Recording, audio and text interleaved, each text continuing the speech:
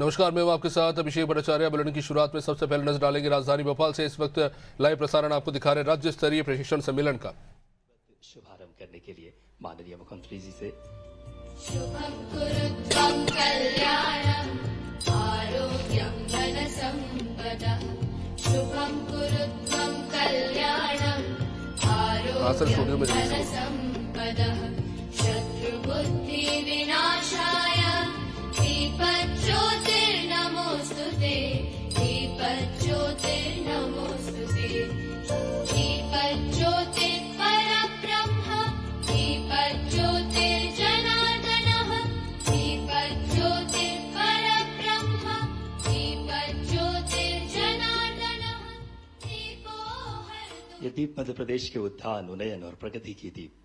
जनगणना से जन कल्याण के भाव के साथ ये कार्यक्रम परिकल्पित है। मुख्य अतिथि के तौर पर माननीय मुख्यमंत्री मध्य प्रदेश डॉक्टर मोहन यादव जी। सादर आग्रह माननीय सभी अतिथिगणों से, सामान्य CS sir, Anurag Jain sir, आदरणीय आरजीआई के हमारे सम्माननीय registrar general of India Mrityunjay Kumar Narayan sir, ACS से सीएम आदरणीय Neeraj Mandloi sir, ACS home Shri Shivshekhar Shukla sir, secretary home Shri Abhishek Singh sir और सभी गणमान्य व्यक्तित्व। आज के इस महत्वपूर्ण कार्यक्रम में आप सभी का हृदयपूर्वक स्वागत और अभिनंदन। जनगणना राष्ट्र का दर्पण है। जब हर नागरिक बनता है भागीदार, तभी जनगणना बनती है जन कल्याण की आधार। और इस भाव को, इस ध्येय के साथ ये कार्यक्रम परिकल्पित है। हमारी परंपरा है अतिथि स्वागत की। बिना किसी देरी के हम बहुत ही आदरपूर्वक आग्रह करेंगे एसीएस से होम श्री शिवशेखर शुक्ला सर से कि आप आए और मध्य प्रदेश के नवाचार और दूरदर्शी सोच के धनी माननीय मुख्यमंत्री डॉक्टर मोहन यादव जी का हम सब आत्मबद्ध स्वागत और अभिनंदन करें।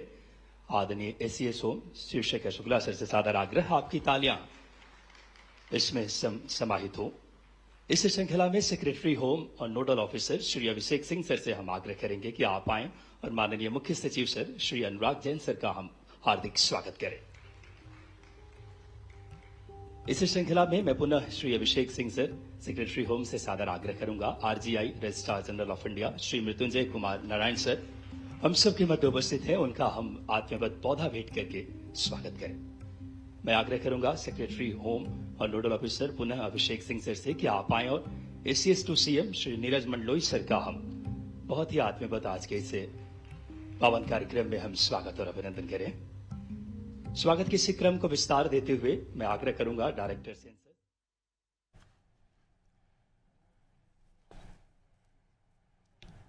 जनगणना आयुक्त माननीय मृत्युंजय जी, एसीएस नीरज मंडलोई जी, एसीएस शिवशेखर जी, अभिषेक सिंह जी, कार्तिकेय जी, इस अवसर पर प्रदेश भर से हमारे सभी प्रशासनिक जिले और संभाग के मुखिया, सच ये जरा इस बार की जनगणना भले ही 8वीं है लेकिन सबसे हटके भी है। एक तो ये आमतौर पर 10 साल के समय सीमा के बाहर जाने वाली है। जो चक्री क्रम आपका आता था वो उसका क्रम तो 21 में निकल गया, लेकिन अब ये 26 चल रहा है। तो 26 में हम अपने उस समय से थोड़ा बाहर जा रहे हैं। लेकिन ये बात भी सही कि कोविड और कठिन काल में स्वाभाविक रूप से वो संभव नहीं था उस परेशानी को।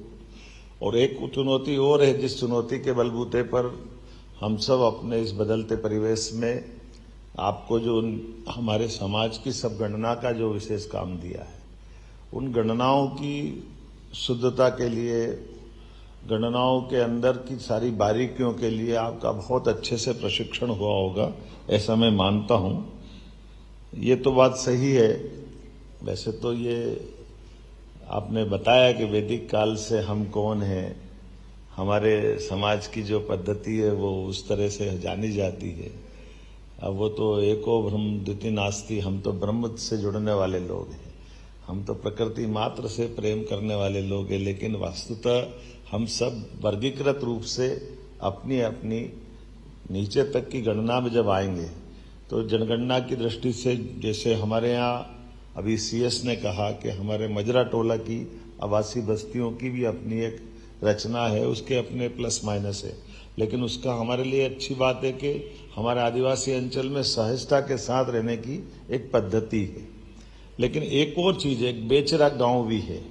जो बेचरा गांव, जिन गांवों का बाद में बसना उजड़ना एक कोई कहानी है, लेकिन ऐसे गांवों के अंदर भी ठीक से गणना हो जाए, बेचरा गांव पुनः आबाद भी करे जा सकते हैं, या उनके संबंध में विकास के लिए भविष्य में रोड मैप जब बनाने जाएंगे तो एक चुनौती उसकी भी आने वाली है। वैसे आप सब इसकी चिंता करेंगे। हमारे राज्य की अच्छी परंपरा है, प्रशासनिक अधिकारी सारी गंभीरता के साथ सारी बातों को लेंगे और इस आधार पर ये हमारी जो मूल जिस कारण से हमने कॉन्फ्रेंस रखी उसकी सफलता मिलेगी। सड़क, अस्पताल, स्कूल, ये सब आपकी बनाए हुए बुनियाद पे ही खड़े होंगे, जिस आधार पर सही से गणना हो जाए, सही से चिंता हो जाए भविष्य की दृष्टि से। अब ये बात सही है कि हमारी जो पद्धति है उस पद्धति के अंदर जाकर के देखने के लिए जो हमारा लोअर स्टाफ है, उस लोअर स्टाफ के अंदर की भी कई चुनौतियां हैं। वो क्षेत्र की चुनौती, चंबल की चुनौती अलग प्रकार की है, विंध्य और बाकी जगह की अलग प्रकार की। तो कहीं ना कहीं इसको क्रॉस चेक जरूर करते रहना। एक चुनौती ये आएगी हमारे बीच में से, राजनीतिक दृष्टि से भी और बाकी दृष्टि से भी इस जनगणना का कई अर्थ निकलेंगे।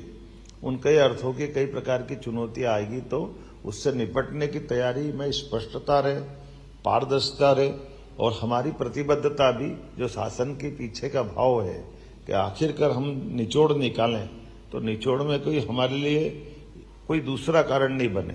हमारी पारदर्शिता और प्रतिबद्धता में हमारी निष्पक्षता भी सबसे पहले रहना चाहिए। आज के इस अवसर पर जब मैं आपकी तरफ ये बात करने आया हूं तो ऐसा लगा कि बाकी बातें तो आप जनगणना की करेंगे, लेकिन पूरे प्रदेश के प्रशासनिक अधिकारी यहाँ आए हैं, कलेक्टर आए, कमिश्नर आए। ऐसे में विधानसभा सत्र भी हमारे सिर पे ही है। तो 16 तारीख से होने वाला सत्र जो 6 मार्च तक चलेगा, जिले के अंदर कोई विवाद नहीं होना चाहिए। इतना तो हम सब जानते हैं, सरकार को कोई अप्रिय स्थिति नहीं बनना पड़े। कहीं न कहीं हमारी अभी जो घटनाएं ध्यान में आ रही है उन सबसे आप सब चुनौती के साथ, लेकिन जल रचनाएं जो बन रही है उसमें मुआवजे वाले मसले आ रहे हैं, तो बहुत संवेदनशील तरीके से निपट लें। और ये बात सही है, आप अगर कोई कठिनाई आ रही तो मार्गदर्शन ले लें, लेकिन हम ये सब चाहेंगे कि आखिरकार विकास का कारवां भी बढ़े और हमारे व्यवस्थाओं का नियंत्रण भी हमारे हाथ में रहे। कुछ तरीके हो सकते हैं, उस पर हम प्रदेश स्तर पे गंभीरता के साथ रास्ते निकाल रहे हैं, लेकिन आपको ये मान के चलना कि अंततः हमारा संवेदना स्थानीय बाशिंदों के साथ भी है। किसी का भी मकान, जमीन, दुकान अगर कुछ होता है तो उसके मन में उसका लगाव भी होता है। हमको विकास भी चाहिए, लेकिन उसकी भावनाओं का ध्यान रखना। ऐसे में हमारे पास कोई तकलीफ नहीं है। उदारता के साथ ऐसे कई बड़े अपने राज्य का इतिहास है कि हमने बड़े बड़े प्रोजेक्ट पूरे किए, तो सारे प्रोजेक्ट पूरे होंगे। इसमें दोबारा कोई ऐसी बात नहीं आना चाहिए कि कोई इसके कारण से, तो इसका समयबद्ध तरीके से अंदर तक जाकर के बीमारी की जड़ तक चले जाओ और अंदर से संवेदनशीलता की जरूरत हो तो वहां तक घुस करके हमारे नेटवर्क से ही सारे विषय खत्म हो जाना चाहिए। त्योहार भी, होली जैसा बड़ा त्योहार सामने आ रहा है, महाशिवरात्रि भी हमारे सामने है। ऐसे में शांति समितियों के साथ आप बाकी सारे प्रबंध तो कर ही रहे होंगे, लेकिन हमारी जन भावनाओं का भी ध्यान रखें। ये सारे कार्यक्रम अच्छे से करें, हाई अलर्ट पर प्रशासन आप रखें। और कुल मिलाकर के मिलावटी मिठाई, आजकल रंगों के अंदर मिलावट, ऐसी कई प्रकार की चुनौतियां हैं। हमारे द्वारा भी अच्छे आदर्श भी, अब जैसे हम जब प्रदर्शनी में जाते हैं तो आप गुलाल और ये कई प्रकार के केमिकल मुक्त सब प्रकार की चीजें दिखाते हैं, तो उसकी होली भी तो करवा के बताओ कैसे हो रही। आदर्श होली अच्छे से हो, कहाँ लोगों को कष्ट कम हो, मूल भावना सामाजिक समरसता की दिखे, सब आनंद के साथ निर्विघ्न रूप से, कोई जगह एक बार भी कोई झंझट नहीं हुई और खूब आनंद से संपन्न हो गए, ऐसा भी तो लगना चाहिए। हमारी दक्षता के आधार पर परस्पर सौहार्दता के बेहतर से बेहतर उदाहरण कैसे बने। इसी प्रकार से जी राम जी की योजनाओं को लेकर के आपने गंभीरता से काम किया होगा। गेहूं उपार्जन अपना चल ही रहा 7 मार्च से, और गेहूं उपार्जन में किसी किसान को कोई कठिनाई नहीं आना चाहिए। एक तो आपको बधाई देना चाहूंगा आप सबके माध्यम से, भावांतर योजना और कई प्रकार की हमारी ये जो अभी तक की कृषि उत्पाद को लेकर के बहुत अच्छी भूमिका रही है, ये और अच्छी हमारी बने। और भविष्य की दृष्टि से, चूंकि ये सर हमने किसान कल्याण वर्ष के रूप में घोषित किया है, तो कृषक के वर्ग से जुड़ी हुई सारी प्रकार की हमारी उनके साथ इस वर्ष के मनाने के आनंद की कौन कौन सी चीजें हो सकती उस तरह से देखें। जैसे ग्रीष्मकालीन फसलों का मामला अगर आता है तो ग्रीष्मकालीन फसलों में हम उड़द को बढ़ावा देने की बात कर रहे हैं, मूंगफली को बढ़ावा देने की बात कर रहे हैं। कई जगह मक्का कच्चे बेच करके भी लोग लाभान्वित होते हैं। ऐसे बहुत सारी बातें अपन कर सकते हैं। और ये जो एक चुनौती आएगी तुरंत फसलों के साथ उनके जो जिसको नरवई जलाना और कई प्रकार की चीजें, तो हम प्रयास करें आपस में स्वस्थ प्रतिस्पर्धा के आधार पर कि हमारे जिले के अंदर हम ये इसको 0 पे लाएंगे। इस बार वो नारंगी रंग किसी के यहाँ रह ही नहीं, हमारा सबका प्रयास रहे, क्यों वो दिखे जबरदस्ती से। तो ऐसे प्रयास अपन पहले से करें तो हो सकता है, बड़ी बात नहीं है। दलहन तिलहन और बाकी क्षेत्रों का कैसे बढ़ावा दें उसके उत्पादन को लेकर के। वित्तीय वर्ष के बारे में तो बोलना नहीं, लेकिन फिर भी आप सब ये समापन की ओर है तो हमारा सभी प्रकार के खनिज, पंजीयन, आबकारी, इन सारे विभागों के वित्तीय लक्ष्यों की हम प्राप्ति करेंगे, ये अपेक्षा आप सबसे है। और एक बार फिर चूंकि ये पूरा बड़ा अभियान है, उस बड़े अभियान में हमको दिन भर मनोयोग से बैठना भी है, उसका लाभ भी लेना है और हमारे यहाँ विधानसभा के आने वाले सारे प्रश्नों के समय पे जवाब देकर के विधानसभा के सत्र को भी आप अच्छे से संचालित करवाएंगे। इस अपेक्षा के साथ मेरी अपनी ओर से पुनः यशस्वी प्रधानमंत्री का अभिनंदन करें जोरदार ताली बजा करके, जिन्होंने एक बड़ा ऐतिहासिक फैसला किया।